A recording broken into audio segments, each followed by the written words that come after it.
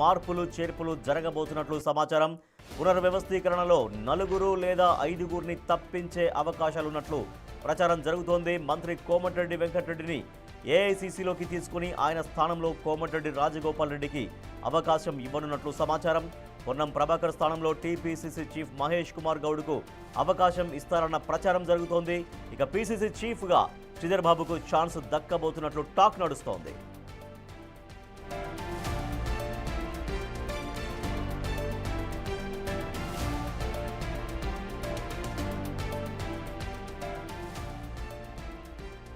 తెలంగాణ మంత్రివర్గాన్ని పునర్వ్యవస్థీకరించేందుకు కసరత్తులు సాగుతున్నట్టు తెలుస్తోంది. ఈ మేరకు మరో వారం 10 రోజుల్లోనే చాలా వరకు మార్పులు చేర్పులు జరగబోతున్నట్టుగా సమాచారం. కొంతమందిని మార్చి ఆ ప్లేస్లో ఇంకొకరిని మంత్రులుగా చేసే అవకాశం కనిపిస్తోంది. సో దీనికి సంబంధించి పూర్తి సమాచారాన్ని మా ఇన్పుట్ ఎడిటర్ పవన్ పవన్ ఇప్పుడు జరుగుతున్నటువంటి ప్రచారం 10-15 రోజుల్లో తెలంగాణ క్యాబినెట్లో భారీ మార్పులు చూడబోతున్నట్టుగా తెలుస్తోంది. సో ఎగ్జాక్ట్గా ఎవరెవరిని కొత్తగా తీసుకునే అవకాశం ఉందనేది కూడా మనం పేర్లతో సహా మనం చెప్తూ ఉన్నాం. బట్ దీంట్లో ఎంతవరకు వాస్తవం ఉండే అవకాశం ఉంది, దీంట్లో కీలక మార్పులు చోటు చేసుకోవడం తెలంగాణ క్యాబినెట్లో ఖాయంగానే కనిపిస్తోందా? ఖచ్చితంగా రాబోయే కొద్ది రోజుల్లోనే ఈ మంత్రివర్గ పునర్వ్యవస్థీకరణ అయితే జరగబోతుంది. బిగ్ టీవీ ఎక్స్క్లూజివ్గా ఈ సమాచారాన్ని అందిస్తుంది. మంత్రివర్గంలో అనేక మందికి ఉద్వాసన తప్పకపోవచ్చుననే తెలుస్తుంది. మరికొంతమందికి శాఖల మార్పు కూడా ఉండే అవకాశం ఉంటుంది. ప్రస్తుతం అటు ముఖ్యమంత్రి రేవంత్ రెడ్డితో పాటు మొత్తం 16 మంది మంత్రివర్గంలో ఉన్నారు. ఇటీవల 2 సార్లు మంత్రివర్గాన్ని విస్తరించారు. మొదటగా అడ్లూరి లక్ష్మణ్, అట్లనే వాకిటి శ్రీహరి, వాళ్ళిద్దరికీ మంత్రివర్గంలో చోటు కల్పించారు. ఆ తర్వాత ఇటీవల అజారుద్దీన్ని మైనారిటీ కోటాలో ఆయన్ని మంత్రిగా నియమించారు. ఇప్పుడు ప్రస్తుతం మనకు అందుతున్న సమాచారాన్ని బట్టి వాస్తవానికి చాలా రోజులుగా అటు మునుగోడు శాసనసభ్యుడు కోమటిరెడ్డి బ్రదర్ కోమటిరెడ్డి రాజగోపాల్ రెడ్డి తనకు అధిష్టానం ముందుగా హామీ ఇచ్చింది, తనకు మంత్రివర్గంలో చోటు కావాలంటూ ఆయన పదే అడుగుతూ వస్తున్నారు. ఈ మేరకు అటు అధిష్టానం కూడా సానుకూలంగా స్పందిస్తూ ఉంది. ఇటు ఆ ముఖ్యమంత్రి రేవంత్ రెడ్డి కూడా ఎక్కడా కూడా వ్యతిరేకత తెలపలేదు. కాకపోతే ఇప్పటికే కోమటిరెడ్డి వెంకటరెడ్డి మంత్రిగా ఉన్నారు కాబట్టి అదొకటే ఆయనకు అడ్డంకిగా మారింది. దాంతో అటు పార్టీని ఇటు మంత్రివర్గాన్ని రెండింటినీ బలోపేతం చేసే దిశగా చర్యలు తీసుకోవడానికి ముఖ్యమంత్రి కసరత్తు చేస్తున్నట్లుగా తెలుస్తుంది. అటు కేంద్రంలోని అటు హైకమాండ్ ఆదేశాలతో కొన్ని మార్పులు చేర్పులు చేస్తున్నట్టుగా తెలుస్తుంది. కోమటిరెడ్డి వెంకటరెడ్డిని అటు పార్టీకి వినియోగించుకోవడం కోసం ఆయనను మంత్రివర్గం నుంచి తప్పించి ఏఐసీసీకి పంపించి ఆ స్థానంలో కోమటిరెడ్డి రాజగోపాల్ రెడ్డిని మంత్రిగా నియమించాలని భావిస్తుంది. ఇప్పటికే టీపీసీసీ అధ్యక్షుడిగా మహేష్ కుమార్ గౌడ్ పనిచేస్తూ ఉన్నారు. ఆయన ఎమ్మెల్సీగా కూడా ఉన్నారు. ప్రస్తుతం ఆయన సామాజిక వర్గానికి సంబంధించిన పొన్నం ప్రభాకర్ మంత్రిగా కొనసాగుతున్నారు. పొన్నం ప్రభాకర్కు ఏఐసీసీ ప్రధాన కార్యదర్శిగా జాతీయ స్థాయిలో ఆయనకు ఎలివేషన్ ఇచ్చి ఆ స్థానంలో మంత్రిగా అదే సామాజిక వర్గానికి చెందిన పొన్నం ప్రభాకర్ని ఆయన తీసుకోవాలని భావిస్తున్నట్లుగా సమాచారం అవుతుంది. ప్రస్తుతం ఎక్సైజ్ శాఖ మంత్రిగా పనిచేస్తున్న జూపల్లిని అక్కడి నుంచి తప్పించే అవకాశం కనపడుతుంది. ఇక ఉమ్మడి రంగారెడ్డి జిల్లా నుంచి ఖచ్చితంగా మంత్రి పదవి కావాలంటూ పదే రంగారెడ్డి జిల్లా నేతలు కోరుతూ ఉన్నారు. దీనికి సంబంధించి అటు మల్రెడ్డి రంగారెడ్డి, రామ్మోహన్ రెడ్డి, పరిగి ఎమ్మెల్యే రామ్మోహన్ రెడ్డి ఇతరులు ఇప్పటిదాకా అధిష్టానానికి లేఖలు కూడా రాశారు. వాళ్ళకు మద్దతుగా అటు సీనియర్ నేత జానారెడ్డి సైతం రంగారెడ్డి జిల్లాకు చెందిన ఒక నేతకు ఇవ్వాలంటూ చెప్పారు. దాంతో మల్రెడ్డి రంగారెడ్డి ఈ రంగారెడ్డి జిల్లా సీనియర్ నేతగా ఉన్నారు. ప్రస్తుతం ఇబ్రహీంపట్నం శాసనసభ్యునిగా కొనసాగుతున్నారు. ఆయన్ని మంత్రివర్గంలో తీసుకునే అవకాశం కనపడుతుంది. ఇంకా కొండా సురేఖకు ఉద్వాసన తప్పదనే తెలుస్తుంది. ఆమెను తొలగించి ఆమె స్థానంలో మంత్రి ఉత్తమ్ కుమార్ రెడ్డి, ఆయన భార్య ప్రస్తుతం కోదాడ శాసనసభ్యురాలుగా కొనసాగుతున్నారు. పద్మావతి ఉత్తమ్ కుమార్ రెడ్డిని ఆమె స్థానంలో తీసుకోవాలని యోచిస్తున్నట్టుగా సమాచారం. ఒకవేళ పద్మావతి ఉత్తమ్ కుమార్ రెడ్డికి కాకుంటే ఆ స్థానంలో విజయశాంతిని తీసుకునే అవకాశం ఉంటుంది. ఇంకో మంత్రిగా అటు మున్నూరు కాపు సామాజిక వర్గం, అటు ధర్మపురి ఎమ్మెల్యే ఆది శ్రీనివాస్ని తీసుకోవాలని నిర్ణయించినట్టుగా తెలుస్తుంది.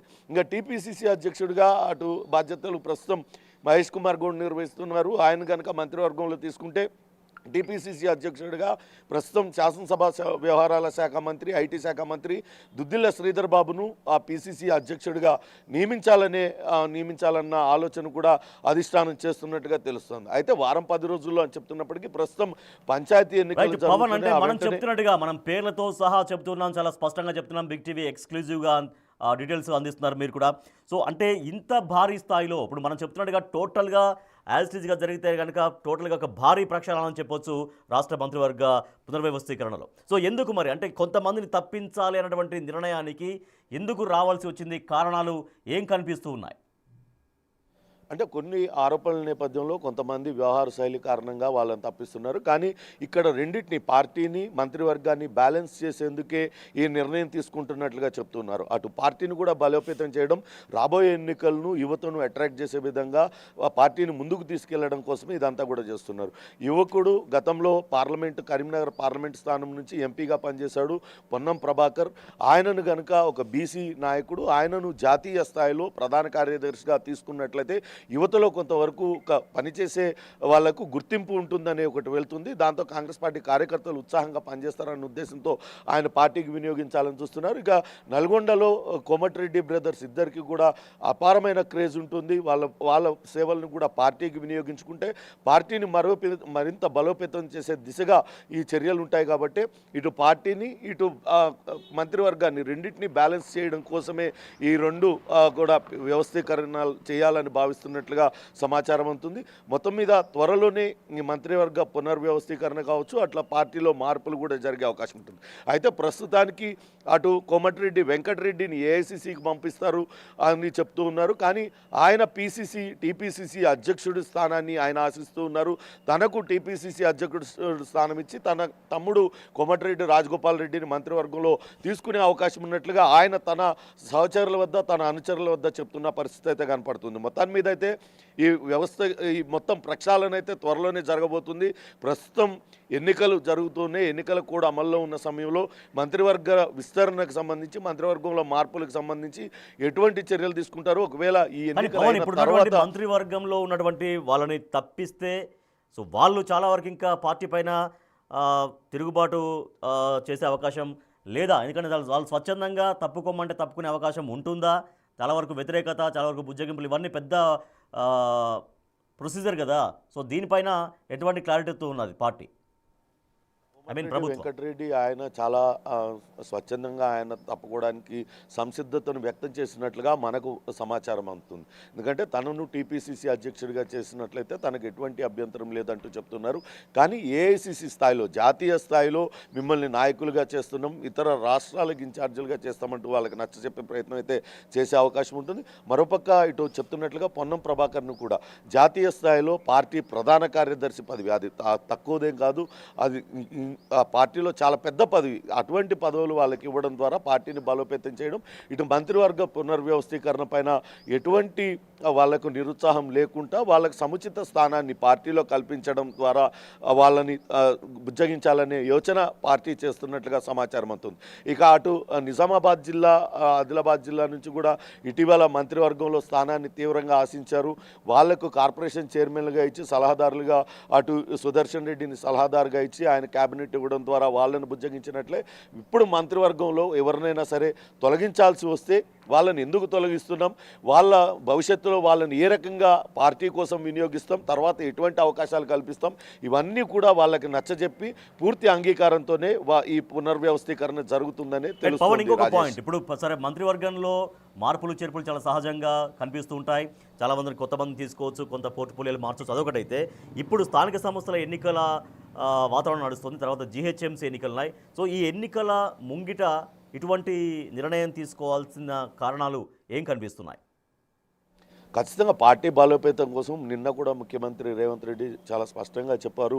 సాధ్యమైనన్ని సర్పంచ్ స్థానాలను గెలుచుకోండి, స్థానిక నాయకులతో సంప్రదించండి, అక్కడ స్థానిక నాయకుల సూచనల మేరకే అభ్యర్థులను ఎంపిక చేయాలి.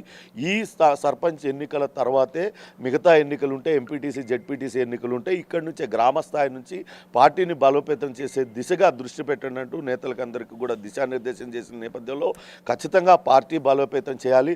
రాబోయే ఎన్నికల్లో ఏదైతే ఈ స్థానిక సంస్థల ఎన్నికలు కాకుండా జనరల్ ఎలక్షన్ వస్తే మరోసారి అధికార పీఠం పైన కాంగ్రెస్ పార్టీ కూర్చునేటట్టుగా ఇప్పటి నుంచే గ్రాస్ రూట్ లెవెల్ నుంచి కార్యకర్తలలో బలం పెంచుకునేందుకు, పార్టీ బలం పెంచుకునేందుకే ఈ నిర్ణయాన్ని తీసుకుంటున్నట్లుగా తెలుస్తుంది. ఇప్పటికే నాయకులు చాలామంది మంత్రులుగా ఉన్నవాళ్ళు పార్టీ పైన దృష్టి పెట్టలేకపోతున్నారు. దాంతో కొంతవరకు ఆ నియోజకవర్గాల్లో పార్టీ కొంత వెనుకబాటు ఉంటుందన్న